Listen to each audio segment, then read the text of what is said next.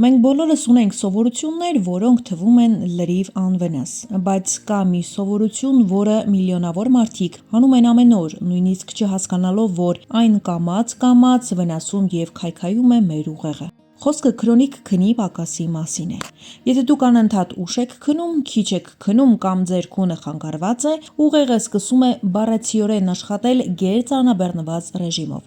Առաջին հայացքից թվում է ոչինչ, կհարմարվեմ, բայց իրականում այդ ընթացքում օրգանիզմում սկսվում են շատ վտանգավոր փոփոխություններ։ Քնի ժամանակ ուղեղը ոչ միայն հանգստանում է, այն նաև մաքրվում է։ Գիտնականները պարզել են, որ խորը քնի ընթացքում ուղեղը ազատվում է թունավոր նյութերից, որոնք կուտակվում են օրվա ընթացքում։ Եթե մարդը մշտապես քիչ է քնում, այդ նյութերը սկսում են կուտակվել և դա ժամանակի ընթացքում կարող է ազդել հիշողության, ուշադրության և նույնիսկ մտածողության արագության վրա։ Հենց դրա համար է, որ քնի պակաս ունեցող մարդիկ հաճախ բողոքում են. «Չեմ կենտրոնանում, ամեն ինչ մոռանում եմ, շատ եմ նյարդայնանում» կամ «ուղեղս չի աշխատում», բայց սա միայն սկիզբն է։ Երկարատև քնի պակասը բարձրացնում է նաև դեպրեսիայի, տագնապային վիճակների և նույնիսկ Ալցհեյմերի հիվանդության ռիսկը։ Այո, սովորական թվացող ուշ քնելը տարիների ընթացքում կարող է շատ լուրջ ազդեցություն ունենալ ուղեղի վրա։ Ավելին, երբ մարդը քիչ է քնում, ուղեղը ավելի դժվար է վերահսկում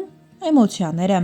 Դրա պատճառով էլ մարդը դառնում է ավելի զգայուն, ավելի արագ է բարկանում և ավելի ծանր է տանում սթրեսը։ Եվ հետաքրքիր փաստ, եթե մարդը նույնիսկ մեկ շաբաթ անընդմեջ քնի օրական 5-ից 6 ժամ, նրա ուղեղի աշխատանքը կարող է նմանվել ալկոհոլ օգտագործած մարդու ուղեղի աշխատանքին, այսինքն ռեակցիան դանդաղում է, ուշադրությունը ընկնում է, որոշումներ կայացնելը դժվարանում է։ Իսկ ինչ անել։ Մասնագետները խորհուրդ են տալիս մեծահասակներին քնել միջինում 7-ից 9 ժամ։ Շատ կարևոր է նաև քնելու ժամը։ Ամենաօգտակար քունը համարվում է գիշերվա 11-ից հետո սկսվող բնական խոր քունը։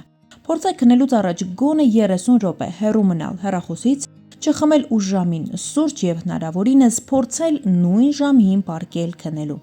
Որովհետև երբ դուք քնում եք, ձեր ուղեղը պարզապես չի հանգստանում, այն վերականգնվում է, իսկ երբ երկար ժամանակ չեք տալիս այդ հնարավորությունը, ուղեղը սկսում է կամաց հոգնել և սկսվում են անդառնալի գործընթացները մեր օրգանիզմի համար։ Հարգելի հետևորդներ, այս թողարկման համար պատրաստել էինք այսքանը։ Մեկնաբանությունների հատվածում կարող եք առաջարկել նոր թեմաներ մեր առաջիկա թողարկումների համար։